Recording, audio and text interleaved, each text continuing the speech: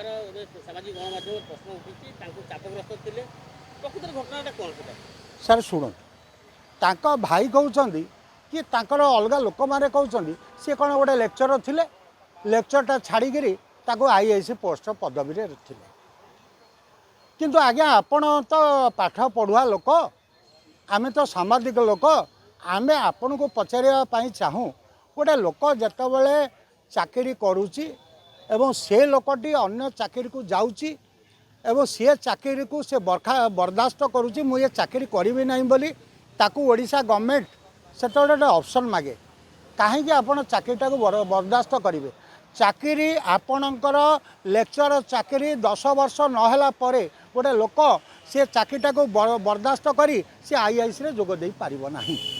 आपणकर जो IIC recruitment करुच्ची एटा staff selection commission करे सर एटा ओपीएससी करे नाही मु आपन को क्लियर कहूँ तेणु ओपीएससी चाकरी आईआईसी नुह तेणु आईआईसी गोटे स्टाफ सिलेक्शन कमिशन से रिक्रुटमेंट होती सी स्टाफ सिलेक्शन कमिशन को किए फोर्सी कला जे ये लोक को आईआईसी रे पुराओ सी तो without written qualification without physical test से केमिति एते दिन एते कम दिन चाकरीटा पाइले तापई किए थिला तापई जे थिले सी हूँ बीजेपी दलर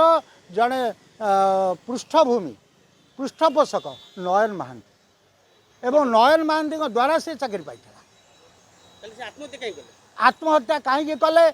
तांकर 3 जन व्यक्ति गोटे हूँ प्रकाश सेठी कटक सदर विधायक तापर हूँ नयन महांती जो आपणकर जी थे बीजेपी दलर एमएलए प्रार्थी तापर आउ जड़े सुकांत विश्वाल जी आपणकर कटक जिला डिस्ट्रिक्ट कटक जिला प्रेसिडेंट बीजेपी यही 3 जनकर सैंड ट्रेडर मानू सुरक्षा दवापाई बाली माफिया मानू सुरक्षा दवापाई तांको ऊपर इम्पोज करागला नयन महांती गोटे आसला कल से समय जे मो पाई कथाटा बुझिलु ना नहीं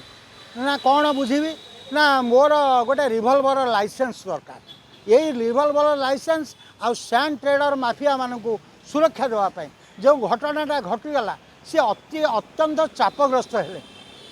एवं गोटे लोक चापग्रस्त है कौन करें कहतु जितेबाला सरकारी कल बल कौशल लगुच तुम ये कार्यटी कर गोटे लोक चापग्रस्त है कौन कर से सुइसाइड कला